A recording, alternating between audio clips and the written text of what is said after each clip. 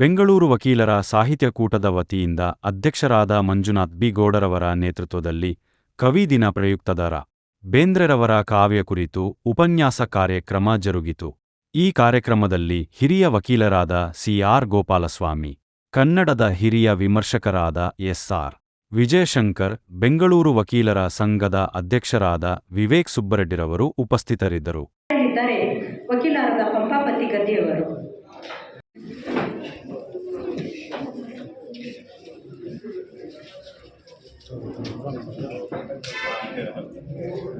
Sir ಈ ಕಡೆ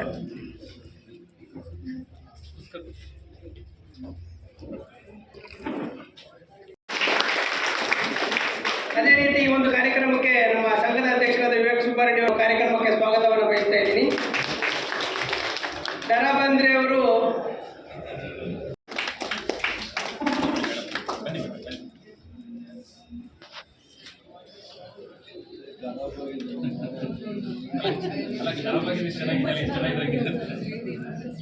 ಒಮ್ಮೆ ಇವರು ಹಾಡೋದ ಸೆಷನ್ ಇಟ್ಕೊಳ್ಳಿ. ನಾನು ಬನ್ನಿ ರಾಕೇಶ್, ಬನ್ನಿ ರಾಕೇಶ್.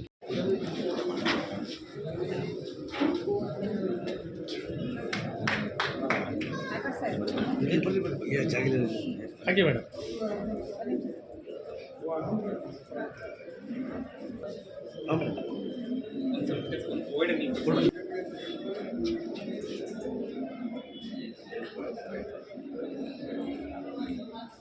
ಪ್ರೇಮದ ಹೋಮದ ಪರಿಮಳ ಪದದಲ್ಲಿ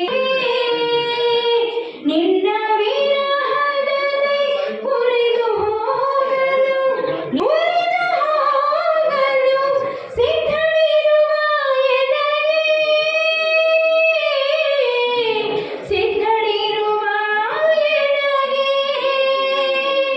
ಸಿದ್ಧನಿರುವ ಎನಗೆ ತೊರೆದು ಹೋಗದಿರು ಜೋಗಿ, ತೊರೆದು ಸರ್ ಸರ್ ಈ ಕಡೆ ಸರ್ ರಾಕೇಶ್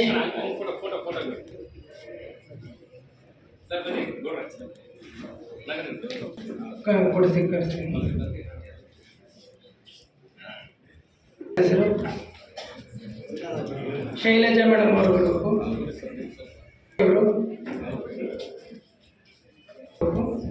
ಕಾರ್ಯಕಾರಿ ಸಮಿತಿ ಸದಸ್ಯರು ವಕೀಲರ ಸಂಘ. ಇವತ್ತು ಈ ಕಾರ್ಯಕ್ರಮದಲ್ಲಿ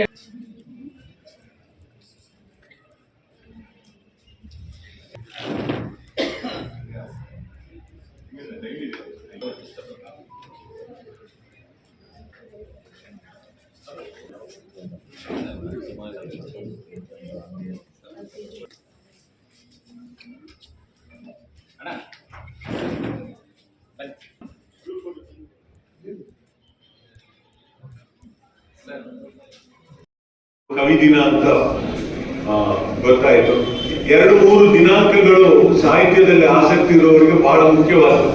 ಬೇಂದ್ರೆಯವರ ಜನ್ಮದಿನ ಈ 31 ಜನವರಿ, ಕುವೆಂಪು ಅವರ ಜನ್ಮದಿನ 29 ಡಿಸೆಂಬರ್, ಆಮೇಲೆ ಮಾಸ್ತಿ ಅವರ ಜನ್ಮದಿನ ಜೂನ್ 6ನೇ ತಾರೀಕು. ಇದನ್ನ ಕರ್ನಾಟಕ ಮತ್ತು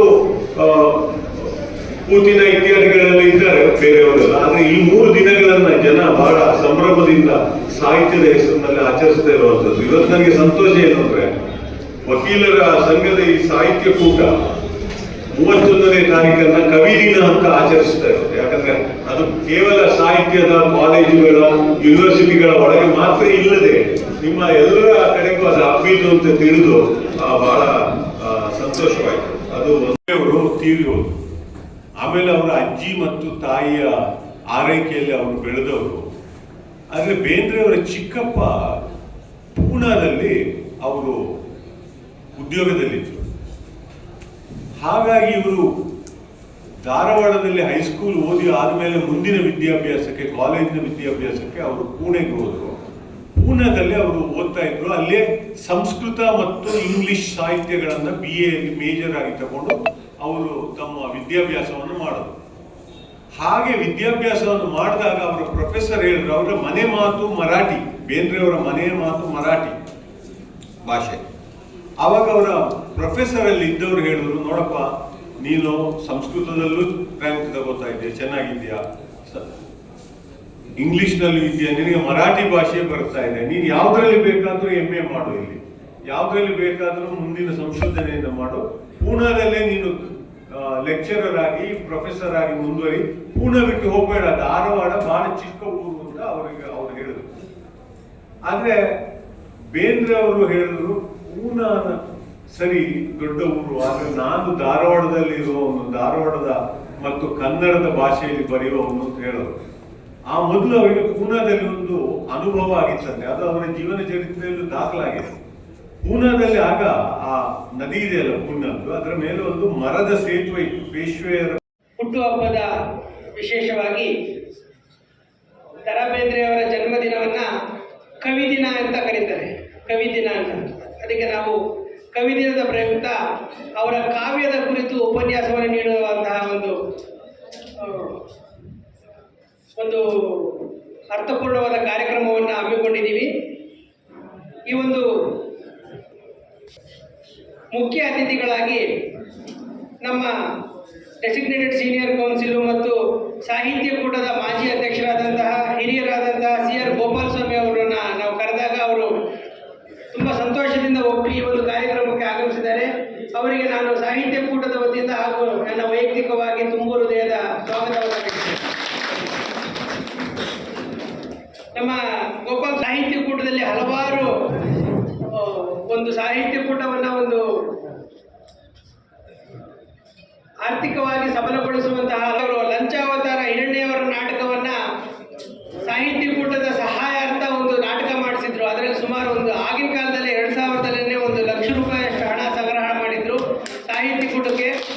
ಈ ರೀತಿ ಹಲವಾರು ಸಾಹಿತ್ಯ ಕೂಟದ ಆರ್ಥಿಕ ಪರಿಸ್ಥಿತಿಯನ್ನ ಮತ್ತೆ ಹಲವಾರು ಪ್ರವಾಸ, ಸ್ಮರಣ ಸಂಚಿಕೆ, ಕಿರಿಯ ಕಲಾವಿದರನ್ನು ಪ್ರೋತ್ಸಾಹಿಸುವಂಥ ಹಲವಾರು ಕೆಲಸಗಳನ್ನು ಅವರು ಕಾರ್ಯದರ್ಶಿಗಳಾಗಿ ಮತ್ತು ಅಧ್ಯಕ್ಷರಾಗಿ ಈ ಸಂಸ್ಥೆಗೆ ಮಾಡಿದ್ದಾರೆ. ಅವರಿಗೆ ನಾವು ಮತ್ತಷ್ಟು ಅವರು ನಮ್ಮ ಸಾಹಿತ್ಯ ಕೂಟದ ಅಭಿವೃದ್ಧಿಗೆ ನಮ್ಮ ಅದೇ ರೀತಿ ಈ ದಿನದ ಉಪನ್ಯಾಸ ನೀಡುವ ಪದಾಂಕಿತ ಹಿರಿಯ ವಕೀಲರು, ನನ್ನ ಮಾರ್ಗದರ್ಶಕರಾದಂತಹ CR ಗೋಪಾಲ್ ಸ್ವಾಮಿ ಸರ್ ಅವರೇ, ಈ ಕಾರ್ಯಕ್ರಮದ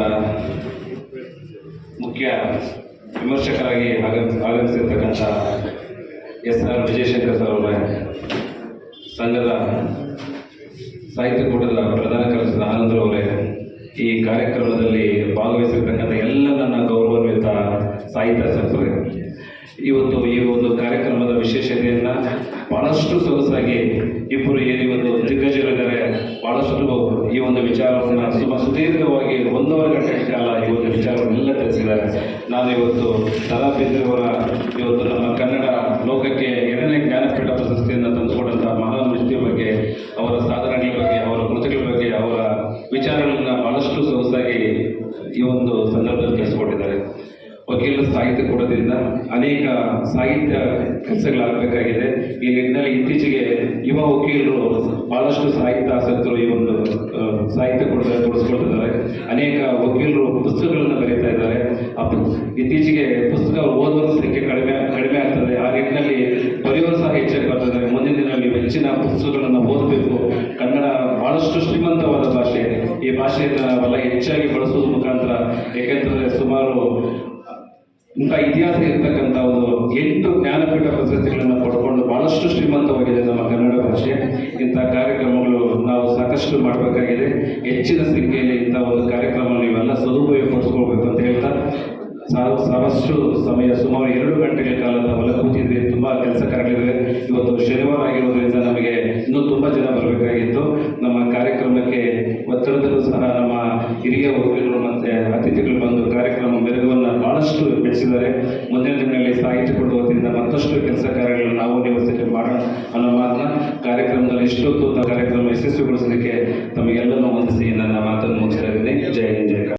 ಮಾಡಿದಷ್ಟು ಮತ್ತೊಬ್ಬ ಕವಿಯನ್ನು ನಾವು ಕನ್ನಡ ಸಾರಸ್ವತ ಲೋಕದಲ್ಲಿ ಕಾಣಲಿಕ್ಕೆ ಸಾಧ್ಯ ಇಲ್ಲ.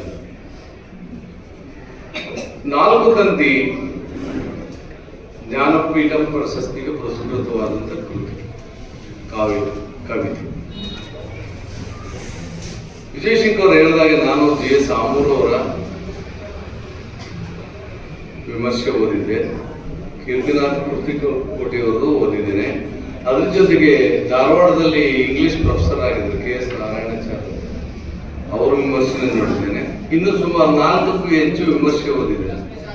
ಒಂದೊಂದು ವಿಮರ್ಶೆ, 4 ತಂತಿ ವಿಮರ್ಶೆ, ಒಬ್ಬೊಬ್ಬರು ವಿಮರ್ಶೆ ಮತ್ತೊಬ್ಬರಿಗೆ ಬೇರೆಯದೇ ಆಗಿದೆ. ಕುರುಡ ಆನೆ ನೋಡಿದ ರೀತಿಯಲ್ಲಿ ಅವರವರ ಭಾವಕ್ಕೆ ಅವರವರ ಭಗವತಿಗೆ ತೆರನಾಗಿ ಇರುವವನು ಶಿವಯೋಗಿ ಅಂತಾರಲ್ಲ ಹಾಗೆ. ಒಬ್ಬರಿಗೆ ಬೇರೆಯವರೇ ಕೂಡ ಹೇಳ್ತಾರೆ ಸ್ವತಃ, ನನ್ನ 4 ತಂತಿಯ ಭಾಷ್ಯ ಯಾವ ಭಾಷೆಗೂ ನಿಲ್ಕಲ್ಲ. ಅದು ಆಕಾಶವಾಣಿಯಲ್ಲಿ ಅವಾಗವಾಗ ಅದು ಸ್ಲೋಗನ್ ಬರ್ತಾ ಇರ್ತದೆ, ಕೇಳಿರ್ಬೋದು. ಯಾವ ಭಾಷೆಗೂ ನಾನು ನೀನು ಏನಂತ ನನಗೆ ಅರ್ಥ ಆಗ್ತದೆ. ನಾನು 4 ಸಲ ಓದಿದ್ದೇನೆ, 5 ಸಲ ಓದಿದ್ದೇನೆ. ಪ್ರತಿಯೊಂದು ಸಲ ಓದಿದಾಗಲೂ ಬೇರೆ ಬೇರೆ ಅರ್ಥಗಳನ್ನೇ ಆ ಕವಿತೆ ಕೊಡ್ತಾ ಇರ್ತಾರೆ. ಅದೇ ರೀತಿ ವಿಮರ್ಶಕರ ಅರ್ಥಗಳು ಕೂಡ ಪ್ರತಿಯೊಂದು ವಿಮರ್ಶೆಯಲ್ಲಿ ಒಂದಕ್ಕೊಂದು ಭೇದವಿದೆ. ಈಗೆಲ್ಲ ನೀವು ತುಂಬಾ ಚೆನ್ನಾಗಿ ಆಡ್ತಿರ್ತೀರಿ ವೇದಿಕೆ ಮೇಲೆ. ನೀ ಹಿಂಗ ನೋಡಬೇಡ ನನ್ನ ಹಾಡು ಬಹಳ ಪ್ರಚಲಿತವಾದಂತ ಹಾಡು. ಯಾವುದೇ ಒಂದು ವೇದಿಕೆ ಮೇಲೆ ಒಂದು ಕಾರ್ಯಕ್ರಮ ಅಥವಾ ಹಾಡಿನ ಭಾವಗೀತೆಗಳ ಸ್ಪರ್ಧೆ ಇದ್ರೆ 10 ಜನ ಹಾಡಿದ್ರೆ ಒಬ್ಬರಿಗೆ ಹಾಡಾಡ್ತಾರೆ. ಅಷ್ಟೊಂದು ಪ್ರಚಲಿತವಾದ. ನಾವು ಒಂದು ಸುಮಾರು 45 ವರ್ಷಗಳಿಂದ 1982-83 ಯಾಕೆ ಮಾತಾಡ್ತೀನಿ ಅಂದ್ರೆ, ಬೇಂದ್ರೆಯವರ ಭಾಷೆ ಜಾನಪದೀಯ ಭಾಷೆ.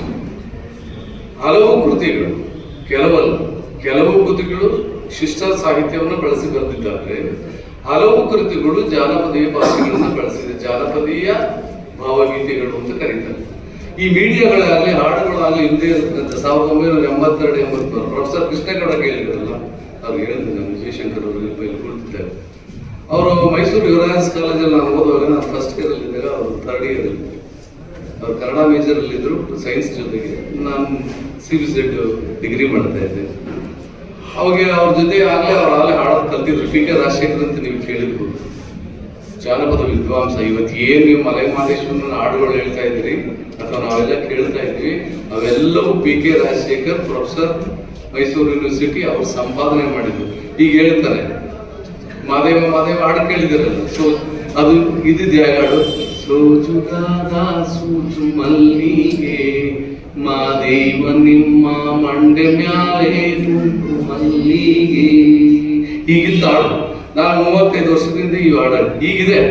ಮುಂದಕ್ಕೆ 3 ಮಾರು ಹೇಳಿದ್ದಾರೆ, ಹಿಂದಕ್ಕೆ 3 ಮಾರು ಹೇಳ್ತಾರೆ. ಮಾದೇವ ಇದು ಜಾನಪದದ ಸೃಷ್ಟಿಯನ್ನೇ ಸರ್ವನಾಶ ಮಾಡಿದೆ. ವೆಸ್ಟರ್ನ್ ಭಕ್ತುಡಿಗಳಿಗೆ ಹಾಳು ಮಾಡಿದ್ದು. ರಾಜಶೇಖರ್ಗೆ ಅವ್ರ ನೇಮಂಟೇಗೌಡ ಇದ್ರು, ಇನ್ನೂ ಬದುಕಿದ್ದಾರೆ. ನನಗೆ ಪ್ರೊಫೆಸರ್ ಇದ್ರು, ಅವರು ಕನ್ನಡ ಪ್ರೊಫೆಸರ್ ಅಂತ ಮೈಸೂರು ಯುವರಾಜ್ ಕಾಲೇಜಿನಲ್ಲಿ. ಅವ್ರ PK ರಾಜಶೇಖರ್ ಯಾರಿಗೂ ಗೊತ್ತೇ ಇಲ್ಲ. ಯಾರು ಹಾಡ್ತಾರೆ ಆ ಭಟ್ಟ, ಆ ಭಟ್ಟ, ಈ ಭಟ್ಟ, ಯಾವುದೋ ಒಂದು ಭಟ್ರು ಹಾಡಿರ್ತಾರೆ. ಆ ಹಾಡು ಅವರೇ ಬರೆದ್ರು, ಅವರೇ ಹಾಡು. ನೀವು ಆ ಮಳವಳ್ಳಿ ಮಾದೇ ಒಂದು ಹಾಡು ಹೇಳ್ತಾರೆ ಗೊತ್ತಿಲ್ಲ, ಮಹದೇಶ್ವರ ನೋಡಿ. ಮೂಲ ಹಾಡನ್ನು ಹಾಡಿದ್ದು ಮಾಲತೀಶ್ವರ. ಏನಂತ, ನೀನಿಲ್ಲದೆ ನನ್ನದೇನಿದೆ ಅಂತ ಅವ್ರು ಹಾಡಿದ್ರು. ಇವಾಗ ಅದನ್ನ ಕಾಪಿ ಮಾಡಿದ್ರು, ಫಸ್ಟ್ ಕ್ಲಾಸ್ ಆಗಿ ಹಾಡ್ಬಾರ್ದು ಮಹದೇಶ್ವರ ಅಂತ. ಇವಾಗ ಮಲೆ ಹಾಡಿದ್ರೆ. ಬೆಂಗಳೂರು ವಕೀಲರ ಸಾಹಿತ್ಯ ಕೂಟದ ವತಿಯಿಂದ ಇಂದು ಜನವರಿ 31 ಕವಿ ದಿನ ಅಂತಾನೆ ಕರಿತೀವಿ. ದ.ರಾ. ಬೇಂದ್ರೆ ಅವರ ಹುಟ್ಟುಹಬ್ಬದ ಪ್ರಯುಕ್ತ ಈ ಒಂದು ಕಾರ್ಯಕ್ರಮವನ್ನು ಹಮ್ಮಿಕೊಂಡಿದ್ವಿ. ಕಾರ್ಯಕ್ರಮಕ್ಕೆ ನಮ್ಮ ಹೈಕೋರ್ಟ್ನ ಪದಾಂಕಿತ ಹಿರಿಯ ವಕೀಲರಂತಹ ಗೋಪಾಲ ಸ್ವಾಮಿ ಸರ್ ಅವರು, ಅದೇ ರೀತಿ ವಿಮರ್ಶಕರಾಗಿ ವಿಜಯಶಂಕರ್ ಅವರು ಉಪನ್ಯಾಸ ನೀಡಲಿಕ್ಕೆ ಬಂದಿದ್ರು. ಈ ಒಂದು ಕಾರ್ಯಕ್ರಮದಲ್ಲಿ ಅನೇಕ ವಿಚಾರಗಳನ್ನ ದ.ರಾ. ಬೇಂದ್ರೆ ಅವರು ಈ ನಮ್ಮ ನಾಡಿಗೆ, ನಮ್ಮ ಈ ಕನ್ನಡಕ್ಕೆ ಕೊಟ್ಟಂತಹ ಕೊಡುಗೆಯನ್ನ, ಬಹಳಷ್ಟು ವಿಚಾರಗಳನ್ನ ಸುದೀರ್ಘವಾಗಿ ಸುಮಾರು 2 ಗಂಟೆಗಳ ಕಾಲ ನಮ್ಮ ಹಿರಿಯ ವಕೀಲರು ಹಾಗೆ ವಿಜಯಶಂಕರ್ ಸರ್ ಅವರು ಬಹಳಷ್ಟು ವಿಚಾರಗಳನ್ನು ತಿಳಿಸ್ಕೊಟ್ಟಿದ್ದಾರೆ. ಈ ಕನ್ನಡ ಭಾಷೆಗೆ 2ನೇ ಜ್ಞಾನಪೀಠ ಪ್ರಶಸ್ತಿಯನ್ನ ತಂದುಕೊಟ್ಟಂತಹ ಎಲ್ಲ ವಿಚಾರಗಳನ್ನ ಬಹಳಷ್ಟು ಕೂಲಂಕುಷವಾಗಿ ನಮ್ಮ ಮುಖ್ಯ ಅತಿಥಿಗಳು ತಿಳಿಸ್ಕೊಟ್ಟಿದ್ದಾರೆ. ಬೆಂಗಳೂರು ವಕೀಲರ ಸಾಹಿತ್ಯ ಕೂಟ ಈ ಒಂದು ಏನು ನಮ್ಮ ಕನ್ನಡಕ್ಕೆ ಈ ಒಂದು ಶ್ರೀಮಂತ ಭಾಷೆಗೆ 8 ಜ್ಞಾನಪೀಠ ಪ್ರಶಸ್ತಿಗಳನ್ನ ಒದಗಿಸ್ಕೊಟ್ಟಂತವ್ರನ್ನ ನೆನೆಸ್ಕೊಳ್ಬೇಕಂತ ನಮ್ಮ ಆದ್ಯ ಕರ್ತವ್ಯ. ಯಾಕೆಂತಂದ್ರೆ ಮನುಷ್ಯ ಇಲ್ದಿರ್ಬೋದು, ಅವರು ಮಾಡಿದ ಕೆಲಸ ಕಾರ್ಯಗಳು ಶಾಶ್ವತವಾಗಿ ಉಳಿತಾವ ಅನ್ನೋದಕ್ಕೆ ಇವೆಲ್ಲ ನಿದರ್ಶನಗಳು. ನಮ್ಮ ಮುಂದೆ ಇವತ್ತು ಎಲ್ಲ ಯುವ ವಕೀಲರು ಇತ್ತೀಚೆಗೆ ಸಾಹಿತ್ಯ ಕಡೆ ಹೆಚ್ಚಿನ ಆಸಕ್ತಿಯನ್ನು ತೋರ್ತಾ ಇದ್ದಾರೆ. ಬೆಂಗಳೂರು ವಕೀಲರ ಸಾಹಿತ್ಯ ಕೂಟದ ವತಿಯಿಂದ ಯುವ ವಕೀಲರಿಗೆ ಪ್ರೇರಣೆ ಕೊಡ್ತಕ್ಕಂಥದ್ದು, ಹೊರಗಡೆಯಿಂದ ಬಂದಿರತಕ್ಕಂಥ ಕನ್ನಡವನ್ನ ಕಲಿಸ್ತಕ್ಕಂಥ ಕೆಲಸ ಬೆಂಗಳೂರು ವಕೀಲ ಸಾಹಿತ್ಯ ಕೂಡ ನಿರಂತರವಾಗಿ ಮಾಡ್ಕೊಂಡು ಬರ್ತದೆ.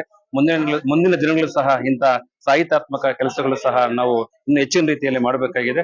ಅದಕ್ಕೆ ನಮ್ಮ ವಕೀಲರು ಉತ್ತಮವಾದ ಸ್ಪಂದನೆಯನ್ನು ನೀಡ್ತಾ ಇದ್ದಾರೆ. ಅದೇ ರೀತಿ ಹಿರಿಯ ವಕೀಲರ ಒಂದು ಸಹಕಾರದಲ್ಲಿ ಅವರ ಸಹಯೋಗದಲ್ಲಿ ಅವರ ಒಂದು ಮಾರ್ಗದರ್ಶನದಲ್ಲಿ ಉತ್ತಮವಾದ ಕಾರ್ಯಕ್ರಮಗಳು ನಮ್ಮ ಇಡೀ ತಂಡ, ನಮ್ಮ ಬೆಂಗಳೂರು ವಕೀಲ ಸಾಹಿತ್ಯ ಕೂಟದ ಎಲ್ಲ ನಮ್ಮ ಪದಾಧಿಕಾರಿಗಳು, ನಮ್ಮ ಕಾರ್ಯಕಾರಿ ಸಮಿತಿ ಸದಸ್ಯರ ಎಲ್ಲ ಒಗ್ಗಟ್ಟಿನಿಂದ ನಾವು ಈ ಒಂದು ಕಾರ್ಯಕ್ರಮಗಳನ್ನು ಸುಸೂತ್ರವಾಗಿ ನೆರವೇರಿಸ್ಕೊಂಡು ಬರ್ತಾ ಇದೀವಿ. ಮುಂದಿನ ದಿನಗಳಲ್ಲಿ ಮತ್ತಷ್ಟು ಈ ಕನ್ನಡ ಪರ ಕೆಲಸ ಕಾರ್ಯಗಳನ್ನ ನಮ್ಮ ಏನು ಈ ಕನ್ನಡಕ್ಕೆ ಕೊಡುಗೆಯನ್ನು ಕೊಟ್ಟಿದ್ದಾರೆ ಅವರನ್ನ ನೆನೆಸ್ಕೊಳ್ತಕ್ಕಂತ ಅವರ ವಿಶೇಷವಾದ ಕಾರ್ಯಕ್ರಮಗಳನ್ನು ಮಾಡ್ತಕ್ಕಂಥ ಕೆಲಸ ಈ ಬೆಂಗಳೂರು ವಕೀಲ ಸಾಹಿತ್ಯ ಕೂಟ ಮುಂದಿನ ಮಾಡ್ತದೆ ನಮ್ಮ ಮಾತನ್ನ ಸಂದರ್ಭದಲ್ಲಿ ಹೇಳ್ತೇವೆ. ನಾವು 15 ದಿನಕ್ಕೊಮ್ಮೆ ನಾವು ಕನ್ನಡ ಕಾರ್ಯಕ್ರಮಗಳನ್ನ ಮಾಡ್ತಾ ಇರ್ತೀವಿ. ಈ ಕನ್ನಡಕ್ಕೆ ದುಡಿದಂತಹ ಅನೇಕ ಮಹನೀಯರು ಇದ್ದಾರೆ, ಈ ಕರ್ನಾಟಕ ರತ್ನಗಳಿದ್ದಾರೆ. ಅಂತವರ ನೆನಪಲು ಸಹ ನಾವು ಕಾರ್ಯಕ್ರಮಗಳನ್ನ ಮಾಡ್ತಾ ಇರ್ತೀವಿ.